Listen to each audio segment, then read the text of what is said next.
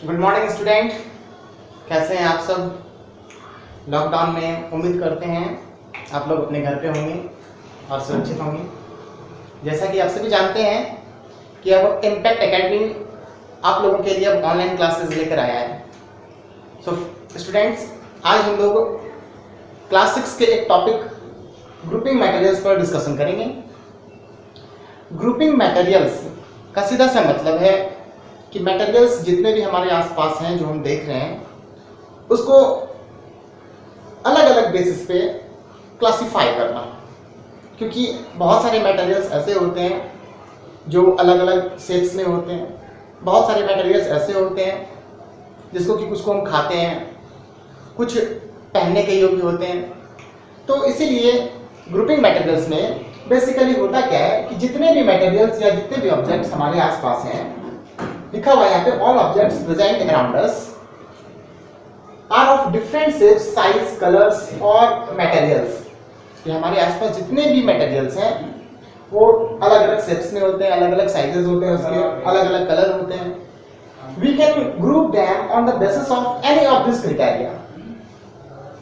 For example, we can group them on the basis of shapes. अगर हम shapes के basis पे अगर उसको क्लासिफाई करना चाहें तो आप देखते होंगे बहुत सारे मटेरियल्स ऐसे हैं जो ट्रायंगुलर शेप्स में मिलेंगे, कुछ मटेरियल ऐसे हैं जो आपको स्क्वायर शेप्स में मिलेंगे, कुछ मटेरियल रेक्टेंगुलर शेप में मिलेंगे, कुछ राउंड शेप में मिलेंगे।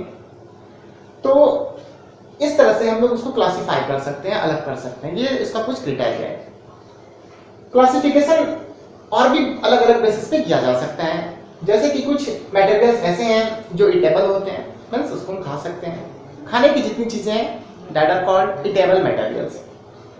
कुछ मटेरियल्स स्टेशनरी ऑफ मटेरियल्स हैं, मतलब कि जो हमें स्टेशनरी में मिल जाए, जैसे कि pencil, pen, chalk, duster, book, copy. कुछ क्लॉथ्स हैं जैसे कि जो हम शर्ट पहन रहे हैं, पैंट पहन रहे हैं, है ना। स्पोर्ट्स आइटम्स जितने हैं, तो इस तरह से जैसे कि क्रिकेट बैट, बॉल, हॉकी, ये सब चीज़ हो गया। तो इस तरह से हम लोग मटेरियल्स को क्लासिफाई करते हैं अलग अलग बेसिस पर। अब हम लोग आते हैं मैटर एंड मटेरियल्स पे। मैटर्स क्या है बताने की तो जरूरत है नहीं, सभी को पता होगा मैटर्स क्या है। मैटर्स मतलब हमारे आसपास जितनी भी चीजें हैं जो स्पेस ऑक्यूपाई करते हैं, जिसका वेट होता है, जिसका वॉल्यूम होता है, जिसको हम फील कर सकते हैं, दैट आर कॉल्ड मैटर्स। जैसे कि एक पेन है, मार्कर, ये एक मटेरियल्स है, ये एक मैटर है। क्यों? क्योंकि इसका अपना डेफिनिट शेप है, साइज है, इसका अपना वॉल्यूम है। इसको कहीं अगर रखेंगे तो ये स्पेस ऑक्यूपाई करेगा, इसीलिए इसको हम मैटर कर सकते हैं। अब हवा क्या है? एयर। तो एयर भी मैटर है, गैसियस मैटर, क्योंकि हवा को तो हम लोग देख सकते नहीं है, छू सकते नहीं है, लेकिन उसको हम फील कर सकते हैं। तो वो भी मैटर का ही कैरेक्टरिस्टिक्स है, इसीलिए एयर को भी मैटर माना गया है। उसका भी वॉल्यूम होता है, वो भी स्पेस ऑक्यूपाई करता है। गेस कर सकते हैं कि एक एम्प्टी बैलून है, उसमें जब हम हवा भरते हैं तो वो बड़ा हो जाता है और उसका वेट भी बढ़ जाता है ना। इसीलिए हम लोग एयर को मैटर कहते हैं। एयर का बहुत सारा यूजेस है, आप लोग देखते हैं अपने साइकिल के ट्यूब में, है ना, कार के टायर में, बाइक के टायर में उसको हम लोग भरते हैं, है ना। मतलब वो स्पेस ऑक्यूपाई करता है। छोटा बैलून बड़ा हो गया, दैट मींस वो स्पेस ऑक्यूपाई किया। अब मैटर का जो क्लासिफिकेशन हुआ तो वो उसके 3 स्टेजेस हैं, सॉलिड, लिक्विड और गैस। ये भी बताने की जरूरत नहीं है, ये बच्चे को पता है। क्लास 3-4 से हम लोग पढ़ते जाते हैं कि सॉलिड मैटर कौन है, लिक्विड मैटर कौन है और गैसेस मैटर कौन है। तो सॉलिड मैटर में आप लोग जितना भी चीज देख रहे हैं, जैसे ये सॉलिड मैटर है, आइस आप लोग देखते हैं वो भी सॉलिड मैटर है। तो लिक्विड मैटर में कौन कौन से आएंगे? वाटर यूज करते हैं आप लोग, वो लिक्विड मैटर है। मिल्क यूज करते हैं, लिक्विड मैटर है। ऑयल जितना भी है लिक्विड मैटर है। गैसेस मैटर में कौन कौन से आएंगे? एयर, एलपीजी गैस, है ना, सीएनजी गैस, ये सब गैसेस मैटर में आएंगे। अब टाइप्स ऑफ मटेरियल में आते हैं जल्दी से, ये भी बताने की जरूरत नहीं है। टाइप्स ऑफ मटेरियल में मटेरियल्स को कितने टाइप्स में क्लासिफाई किया गया है। तो हम लोग जितने मटेरियल्स को यूज करते हैं उसमें से बहुत सारे मटेरियल्स मैन मेड है और बहुत सारे मटेरियल्स नेचुरल है। मैन मेड्स का मतलब जिससे इंसान ने तैयार किया है, जैसे ये पेन, व्हाइट बोर्ड,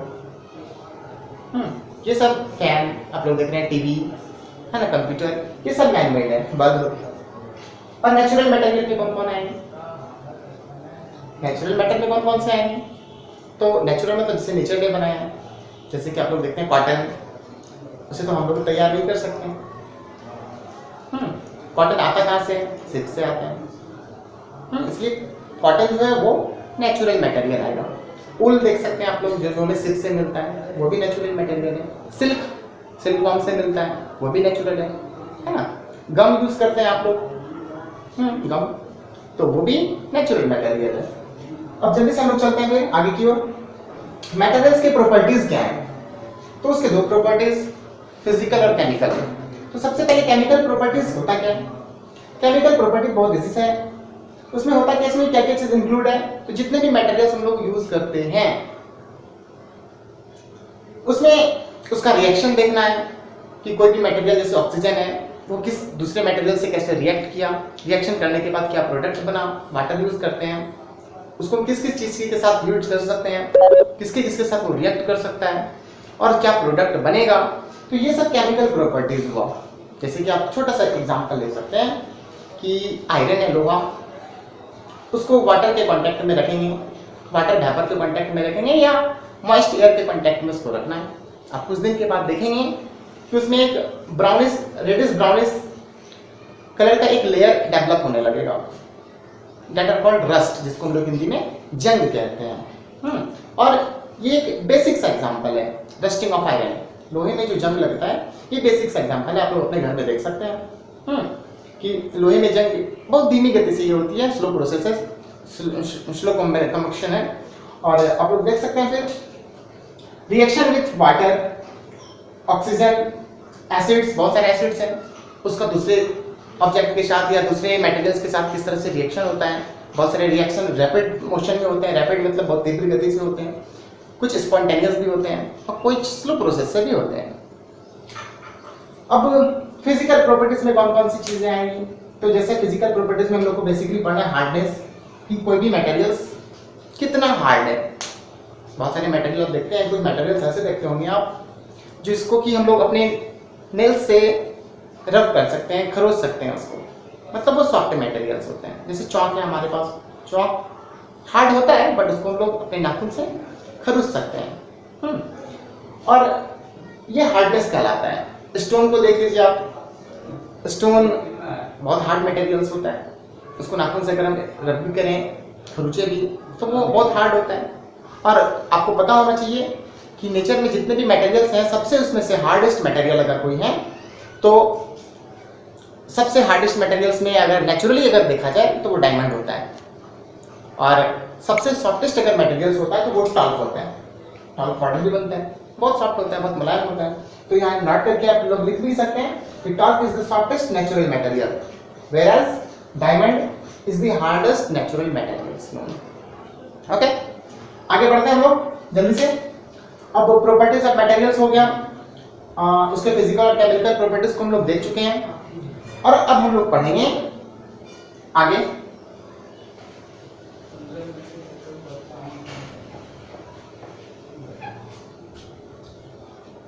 सॉल्युबिलिटी के बारे में। What do mean by solubility?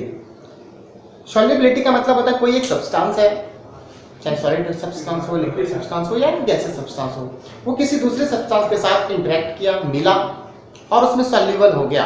Soluble मतलब घुल गया। आप लोग बेसिक एग्जांपल घर में देख सकते हैं कि चीनी को पानी के साथ मिलाते हैं और हम लोग सॉल्यूशन तैयार करते हैं जिसको हम लोग शरबत कहते हैं। तो उसमें आप लोग बेसिक सा चीज देख सकते हैं कि solute plus solvent equal to solution. Solute क्या है? वैसे सब्सटेंस जो कि किसी सॉल्वेंट में डिसॉल्व हो जाता हो, मतलब घुल जाता हो, उसको हम लोग सॉल्यूट कहते हैं। सॉल्यूट मतलब घुलने वाला, बेसिक सा मतलब। सॉल्यूट का मतलब घुल जाए, वैसे सब्सटेंस जो किसी सॉल्वेंट में घुल जाए, है ना। जैसे कि हम लोग एग्जांपल कंसीडर कर सकते हैं, जैसे कि हम लोग लेते हैं, मान लेते हैं शुगर, इसका फॉर्मूला होता है C12H22O11।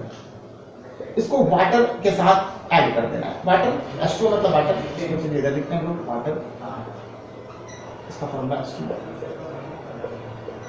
और इसको मिला दें। चीनी को पानी में मिलाएंगे, बेसिक सा मतलब है क्या बनेगा, शरबत बनेगा। और उसको हम लोग सॉल्यूशन कहते हैं, क्या कहते हैं इसको, सॉल्यूशन।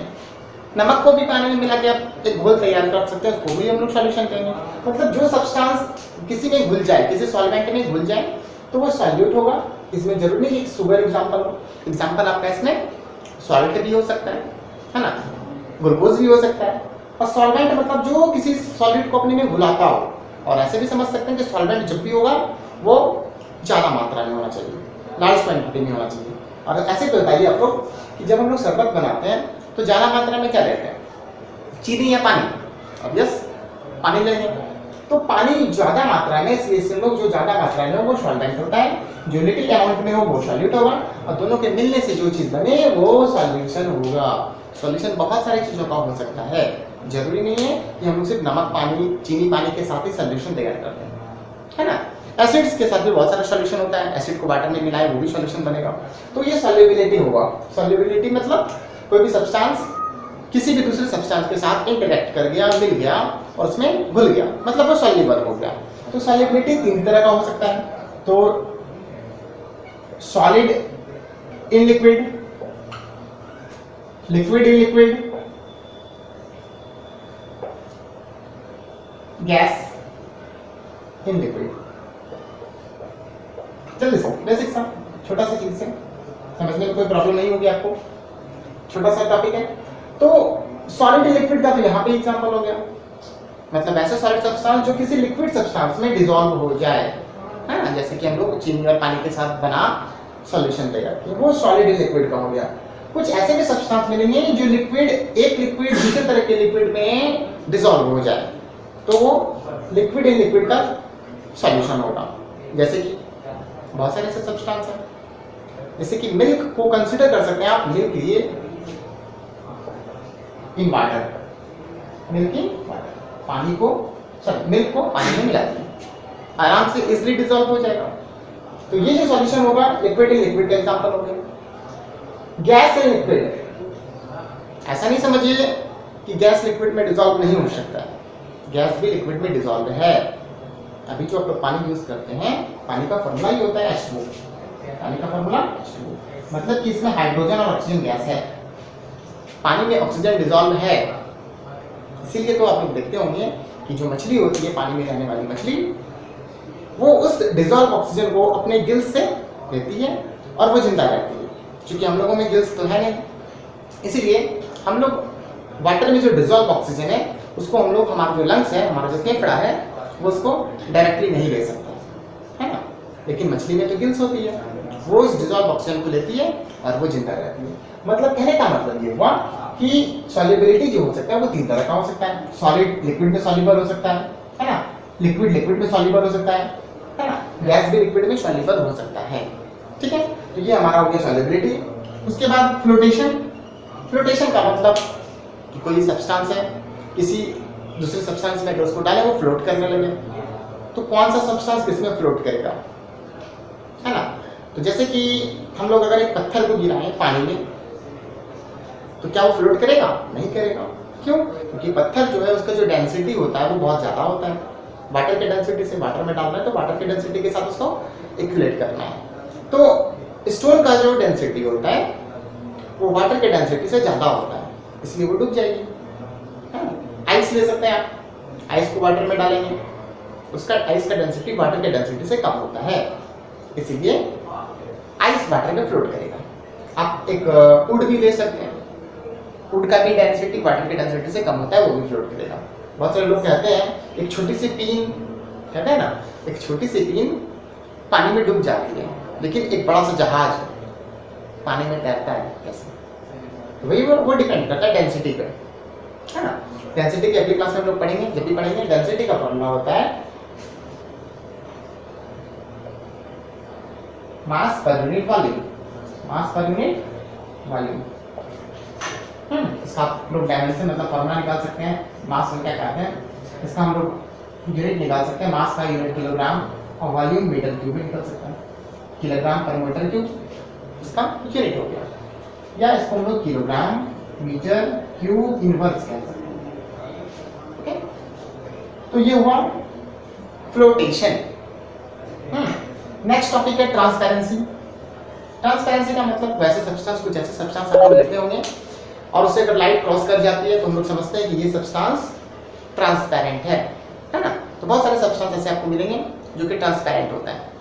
वाटर भी ट्रांसपेरेंट है ना, हमारे आसपास एयर है, एयर भी ट्रांसपेरेंट है। ग्लास ले सकते हैं आप लोग, वो भी ट्रांसपेरेंट होता है। तो ये हुआ ट्रांसपेरेंसी। तो इस तरह से हम लोग फिजिकल और केमिकल प्रॉपर्टीज के बेसिस पे मैटर को क्लासिफाई कर सकते हैं। ठीक है फ्रेंड्स, ओके, अब हम लोग मिलेंगे नेक्स्ट क्लास में। थैंक यू, घर पे रहिए, सुरक्षित रहिए।